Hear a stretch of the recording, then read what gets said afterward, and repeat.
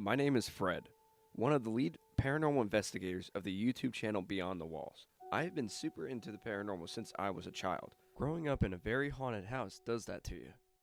From seeing a little boy in my bedroom, to my friends not even wanting to step a foot inside my house. Sarah, the other lead investigator of the channel, not only grew up in a haunted house, but grew up in a haunted town as well. From alien sightings to paranormal hauntings. Welcome to Point Phillips, Pennsylvania. Growing up in Point Phillips I loved it as a little kid. I loved the smell of the woods. I loved burning leaves and, being able to look up at the sky at night and see stars. It was great. I mean, nothing strange really happened till I was probably over 10 years old. So growing up was good. I don't have any bad memories of that. I moved here when I was 14 and I'm now 80. Well, I will be 80 in June, so. She's been 80, close enough. in Point Phillips for a long time. Yes. Life growing up in Point Phillips when I was younger, everybody, we just had fun. It was just going outside and playing and having fun and riding our bikes up and down the street, and you didn't really notice it. And then all of a sudden, I want to say when I was around 8 years old is when there was like this shift. Like something shifted and things just got bizarre and weird, and I started seeing things and you started feeling more things. So why did we decide that Point Phillips would be the one place interesting enough to do a documentary on? What shifted and changed in these people's lives? Did the stories of Native American burial mounds come to life? Or was it the sudden interest in the supposed child's board game Ouija? Or could it be something even more out there, stranger than we ourselves expected to be talking about? I bought this Ouija board. I had to have it. And I know, Andy, right? You remember Andy? He was the bullshitter of the group. So a lot of the stuff that we were doing on the Ouija board, I wasn't necessarily believing. But there was a lot of things happening, being said back to us on the board that indicated that we were talking to something else. It didn't sound like something that was somebody would make up. So everybody thought somebody else was doing it. Like nobody really thought for real that this was really going on. Really thought that someone else, one of us was doing it. Who was it though? Nobody knows. That's the excitement of the game. That's what I thought. I remember playing with the Ouija board. I was young, because I'm 2 years below my brother, and I think he was probably 12, 13, somewhere around there playing with it. I remember that it never had anything nice to say, and I remember it would spell out the word die, like D-I-E, D-I-E, repeatedly over and over again. And if you would try and ask it something silly or, am I gonna get married how old am I gonna be when I'm married and stuff, it would just go to goodbye. And there was a specific name, a 3-letter name that I won't say, that came up on the board over and over again, and it would just spell it out over and over and over again. The next thing you know, I remember my brother storming through the house and saying, I am burning this effing thing. I'm done with it. This board is getting effing burned. And he yanked the Ouija board out of the closet and left. I didn't go with him, but from what he tells me, he went to the same burn barrel, which is odd, that Corey burned her board in, and he burned his board in there. There was a green trinket as well that they were also trying to burn with this board. They were using this trinket while they were using the board, and it had some significance to them at the time, and I remember he had to get rid of that as well. Probably when I was around 11, 12, 13-ish is when the Ouija board came into play. We got it at a KB store, thinking like, oh, this will be something really fun to play with, a bunch of us in the neighborhood, and it didn't turn out so fun. For the most part, I don't want to get into specifics of things that were said on the board because the stuff was just so terrifying for me. Like I don't even want to think about it or talk about it. There was a specific initials that kept coming up. Those initials, I spent pretty much my adult entire life trying to never think of them, to never speak it, think it, because I was so afraid it would find me. That was terrifying. I remember the reason why I burned that board. There was a pivotal moment, and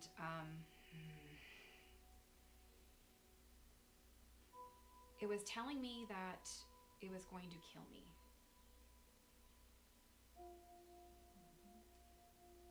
And that it was going to do the same thing to my family. And that was terrifying to me because it was just supposed to be something fun and different to do. And then it just turned so dark and twisted. And then that's when I was playing it by myself. It was almost like I was addicted to this. And it was like I was always being like drawn to want to play this board. And when I got to the point where the one night I turned my light on and I saw all these little things scurry under my bed. I slept with a Bible under my pillow. And I remember going to school and thinking, oh my goodness, what is going on with me? Like I wasn't in my right frame of mind. It's almost like it was doing something inside my head. And I thought, I have to burn this thing. I have to burn this thing. Mine was hard to burn. It was just hard to burn, period. There was a piece that was not burning. A piece of it or something. Yeah. I don't know. It's really strange. That is hard. That's a hard one to talk about because there's nothing there except for all I see is us burning it in the woods. Mm-hmm. Actually, it was on McCoy at the edge of his property.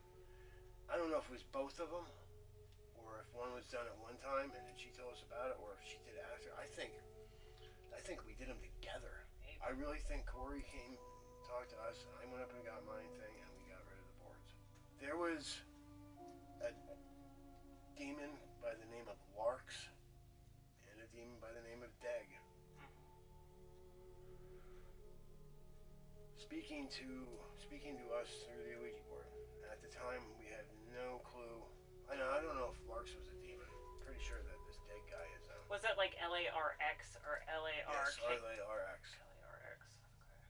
What a weird name. It is weird. Yeah, right. But then, like, is it initials for something? You know what I mean? Like, who knows? We don't know. That's what everybody says that about the Ouija board, but who knows?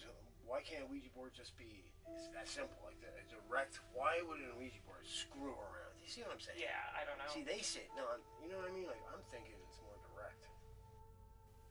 Literally came home from school that day. I said, that's it, I'm getting the board, I'm burning it. We took it to Andy McCoy's burn barrel, put it in there, lit it on fire, saw the flames, we walked away, didn't think of it. Next day we went back just to see it. It barely looked like it was even burned. So we went, got lighter fluid from his grandfather's shed, poured it in there, lit that thing up. Flames were coming out of that burn barrel. Flames. And I stood there waiting because you really couldn't see in there because it was burning so much. And then we got called to dinner and then we ended up staying in the house, and next day after school went back, it was just charred around the edges. The board itself, nothing. So then that's when we got I think he had like hunting knives from his grandfather. We literally took that board and we just started oh my gosh, we were trying to tear it apart, everything, and then we put it back in there, put the lighter fluid on it. That thing went up, finally started to burn. But after the third try, it's finally burned. I don't know why. I knew intuitively to burn it, but that's what I remember. That's what I remember. I just wanted it out of my life. Could the Ouija board have triggered some type of energy? We all have heard the horror stories that have plagued so many individuals who have played this supposed children's board game. Or could this be something even more bizarre? Something that dates back thousands of years? I was about 12 years old, and up to that day, being 12 years old, I don't think I ever saw anything or heard anything or ghostly or anything I ever questioned or saw anything I ever questioned. But it was me and a friend of mine, Brian, and we were out on the front porch about 9 o'clock at night on a summer night, and out of nowhere, I just saw this person. I thought it was a person person running. I thought it was a person running. I mean, that's what it was. But it was green, and it just was like, you see that? And Brian was like, he really got scared by it. I was like, did I just see what I saw?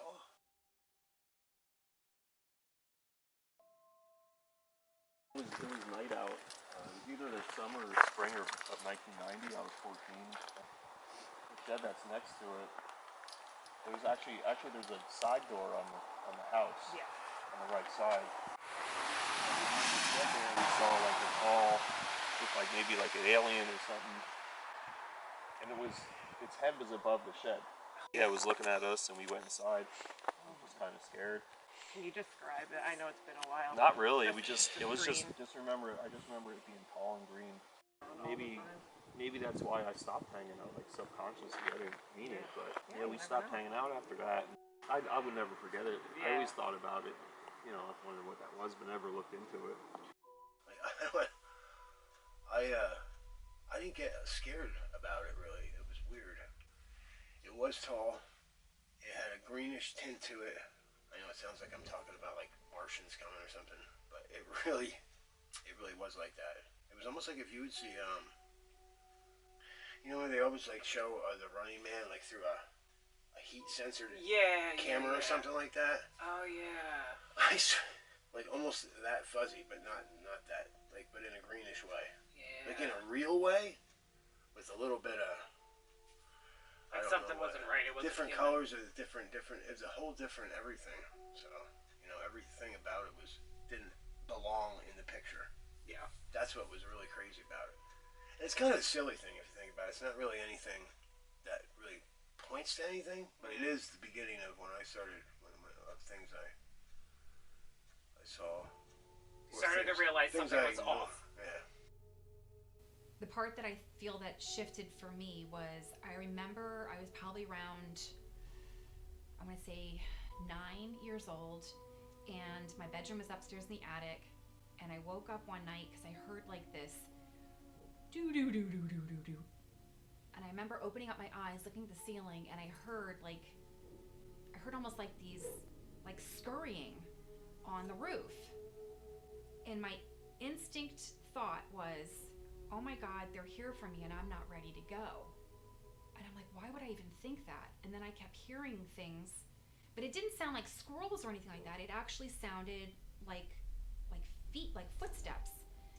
And I remember I ran downstairs and I tried waking my dad up, and my dad went outside, and he's like, no, they're just dogs across the street. They're just dogs at the neighbor's house. And I'm like, those were not dogs, and it was on the roof. And he's like, just go back to sleep.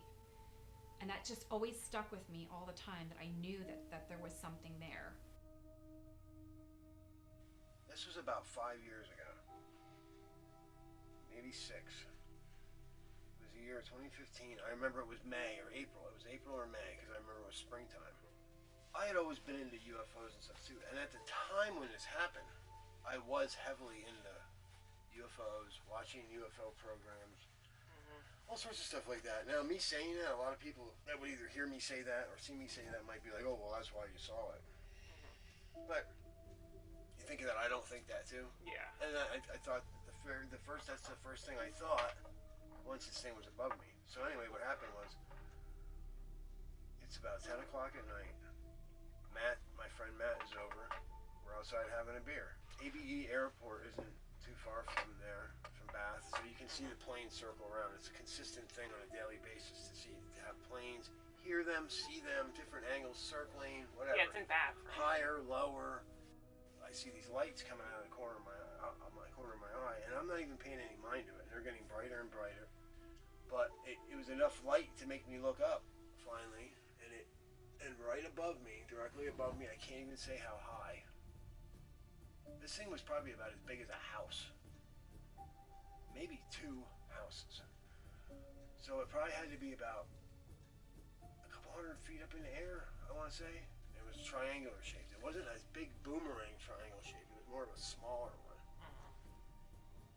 And it had 3 lights. They were directly above me, coming down. There's a street light right across from me, not so much. I blocked the light out from that, and I kept looking at this thing, and I'm like, what is dripping on? What the hell is going on here? There is something spinning on it, and it's dripping. It almost looks like there's molten metal dripping. Well, I come to find out that me seeing that molten metal dripping, I was telling somebody about it, and they said, you know what that is? This is one thing that's true.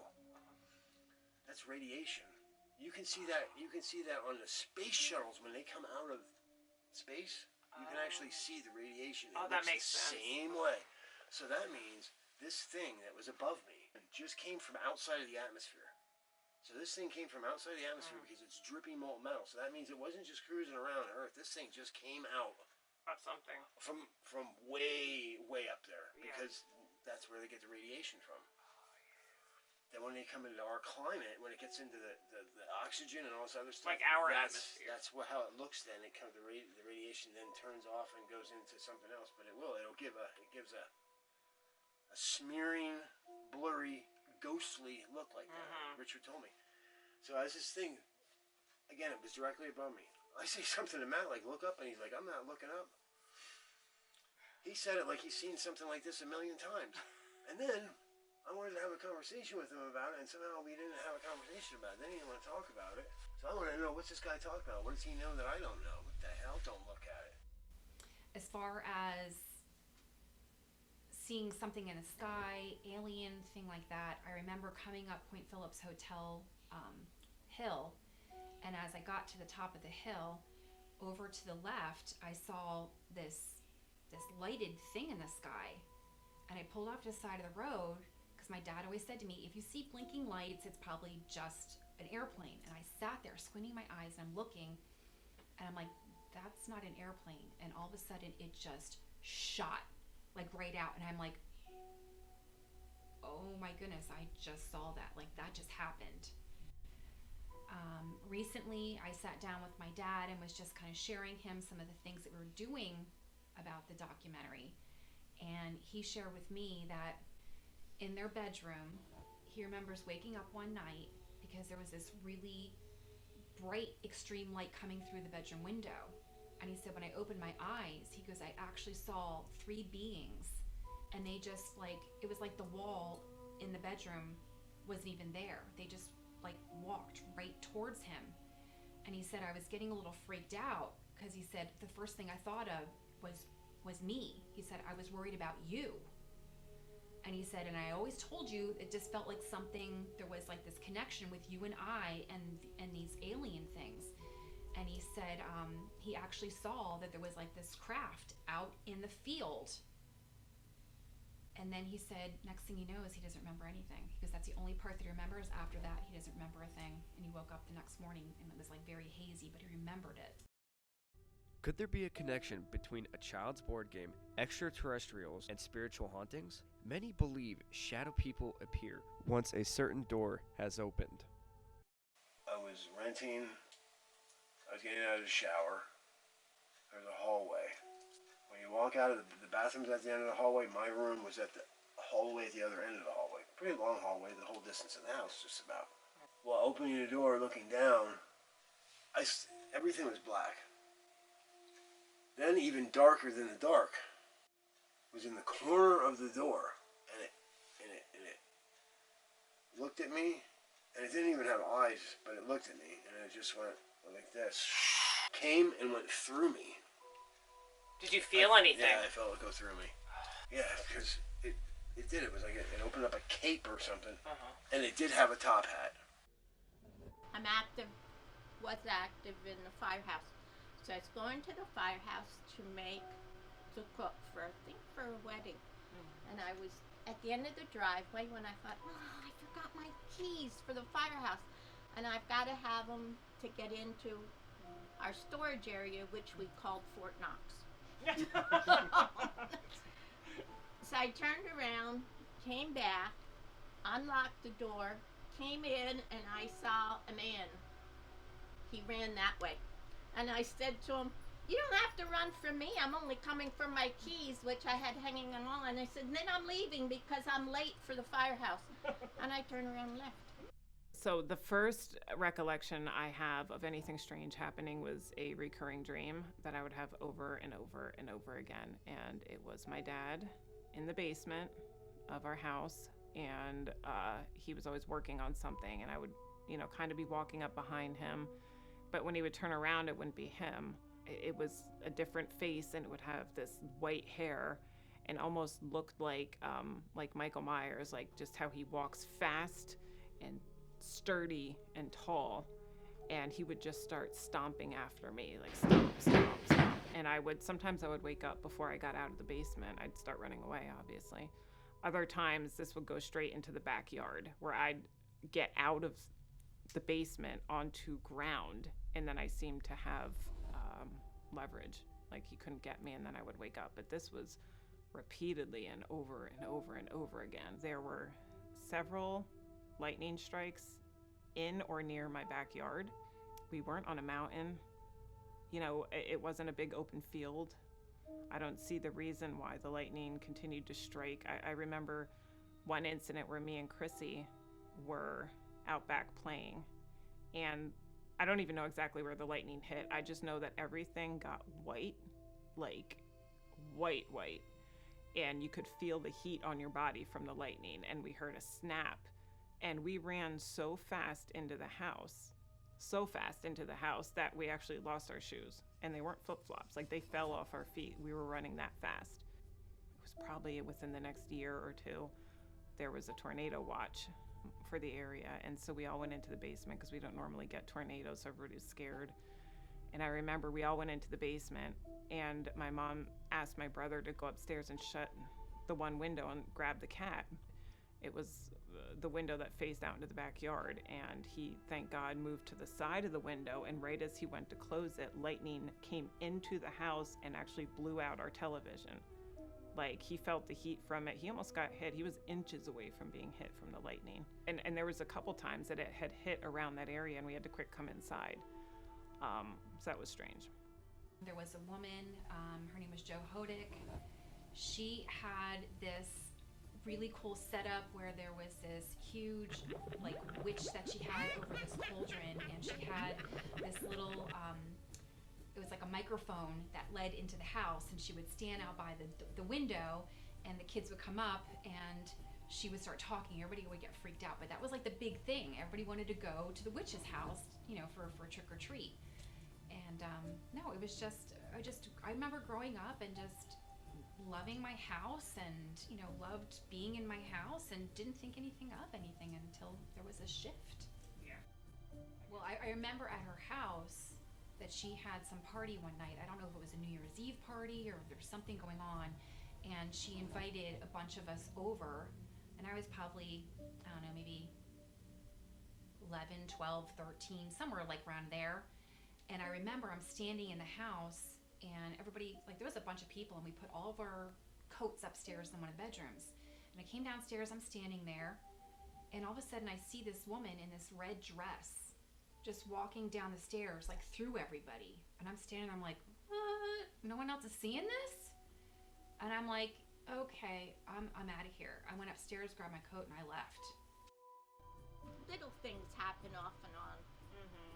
Do you ever see any... fall, Oh, things fall. Okay. get tell us knocked about that. over. Wow, okay. In the house here. Oh yeah, all the time.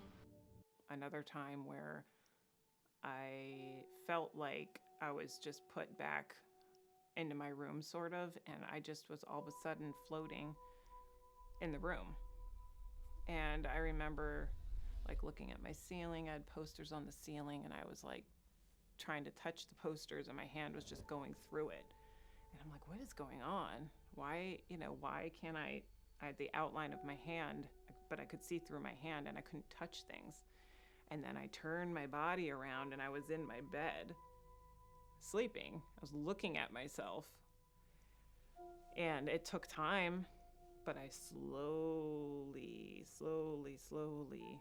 went back into my body. But once those dreams started, I began sleeping with the light on. I had a turn knob on my wall that I could dim the lights. And I could not sleep without those lights on. Could not. And I didn't have that problem when I was little. It was like maybe once I was like 10 or 11.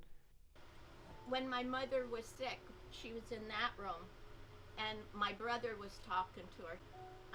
And he was talking, he says, "Oh, you're getting company." I said, "I am," and I came out and I looked, I said, "I'm not getting any company." He said, "Yeah, a man came in the door." And I said, Oh. "No, nobody came in." He says, "Oh." I said, "You saw a man?" He said, "Yes." I said, "Well, don't worry about it. I always figure it's the guy that built the house, and I always say, come on in." Oh, maybe. Yeah. Your, I guess it would have been your niece, right? The little one? She passed away right here, correct? Yes.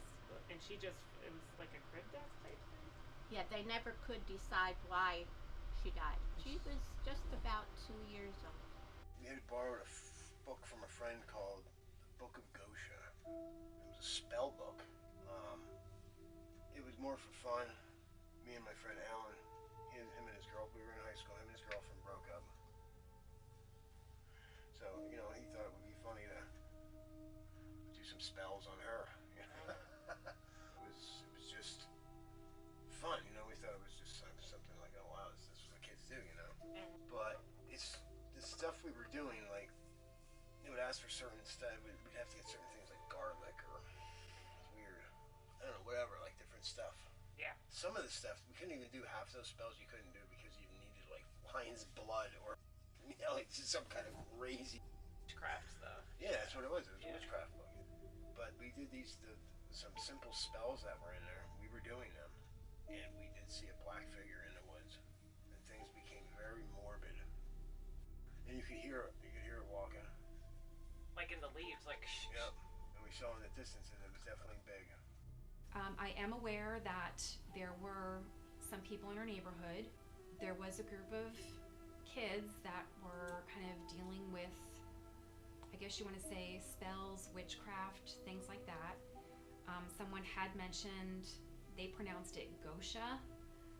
Now, knowing what I know now, it was Goetia, and it is different, I guess you want to say, factions of demons that could do specific things if you summon them. The only problem is that once you do that, they want something in return.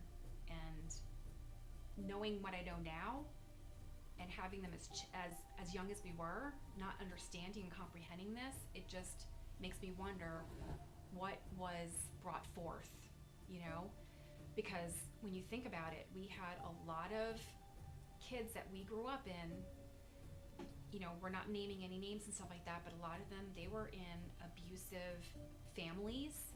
There was a lot of mental abuse, physical abuse, and sexual abuse going on. And it wasn't until recently that we started hearing more about this, that people started coming forth and saying, oh my God, I had such an awful home life. It makes you wonder what was going on in this town that was affecting these families, especially the grown-ups, the parents of these kids. And then knowing that all of us were kind of dabbling in certain things, not knowing what we were doing, what did we open up? I think a lot of things happened to me too when I was a teenager, and those are the ones that I pushed away because those years of being a teenager, I don't have any recollection of that. But as I got older, got married, all that stuff, moved on and stuff, that's when I started having more experiences. So there was a house across the street from a mutual friend of ours that was, I mean, the woman that owned the house was so nice and so sweet, and she would let us come over and swim in her pool.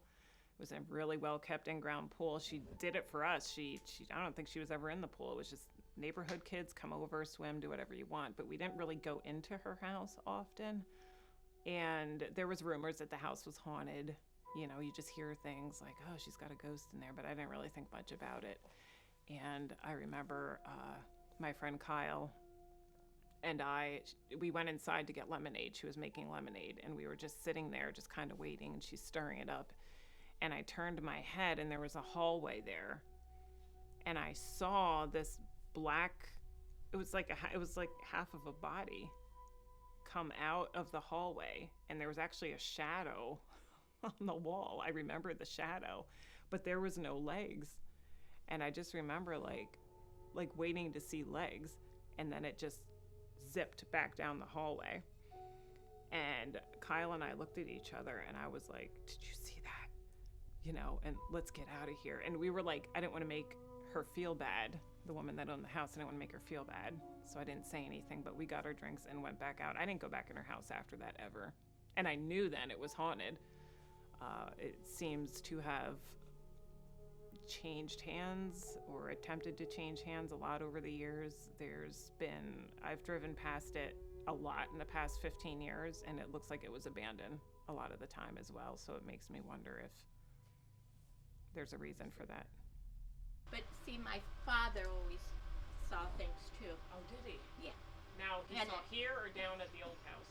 Down at the old house, he always could see things. Okay. So like he was gifted. He was able to see that. Yeah. I used to work for George Hinton. He owns the Cozy Barn now. I worked there when I was 20. I was 20 years old. And this kid Randy started working there. This guy Randy, he might have been about 10 years older than me. His father also worked there. He was a little goofy, mama's boy or something. And I don't know, just something going on there. He was like an immature. I should talk, but he was just weird. He told me this out of the blue one day while we're at work, and he said, "The devil walks with you." He said that I always have. He said I have an old lady. He doesn't know who it is, and the devil with me. Once I moved out of Point Phillips, I never had that dream again about the basement or my dad or anything. I was 19 when I moved out of there, and it stopped. Another strange thing that had happened is I had I call it a dream, but I feel like it could have been a vision as well. I was on Schlegel Road, and I was running, and I was really scared and just running. Something was chasing me. And I remember there were these two hands like this. They were men's hands. It looked like men's hands. And I was just running, and I kept looking behind me, and I grabbed these hands, and this person, or whatever he was just light, just like a sun. And I just remember looking up, and I woke up in my bed, and it was like something was after me, and something said nope and pulled me back, like, no, you're not gonna get her type thing. And even I think I was like 18 at the time, I knew somebody just, like, I have a guardian angel, I have a spirit guide, somebody just saved me from something. I didn't know what it was and didn't understand it, but that's a very vivid memory. As if there wasn't enough strange phenomenon occurring in the small town, there is yet another element to this story. These very children that experienced so much already had also heard many tall tales of Native American curses and Indian burial grounds. Was any of this true? Turns out this could be a very good possibility. In this area, about 200 American Indians swarmed over the mountains, leaving behind a trail of death and chaos. Estimates of 100 to about 200 settlers were slain in Northampton County, and hundreds more were displaced. Homes and farms were burned, livestock was slain, and crops were destroyed. The very first burial at the local church was a 1-year-old child, half European, half Native American, and ironically, her name was Sarah.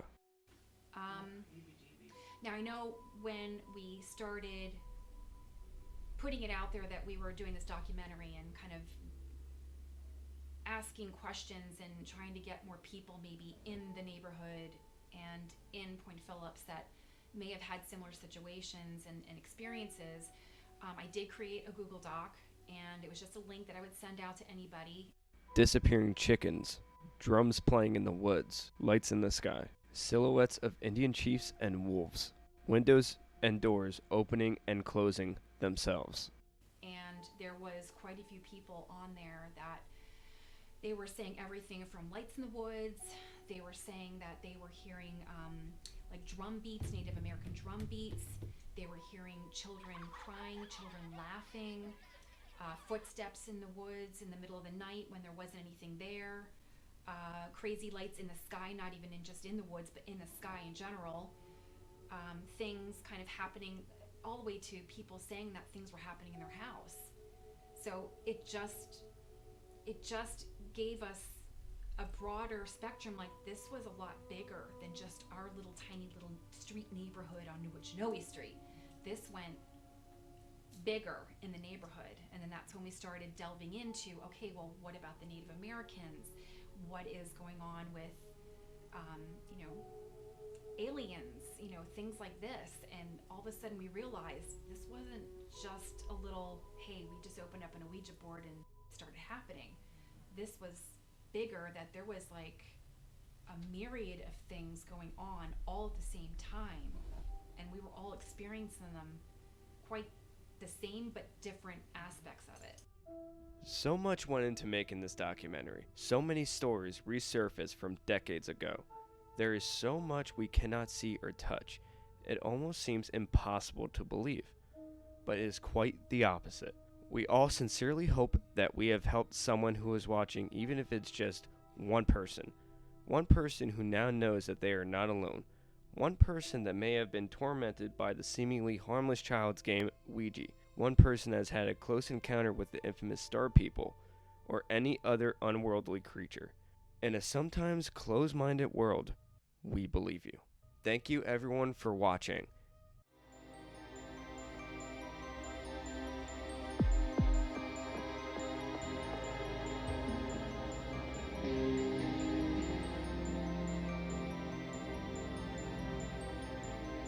Mm.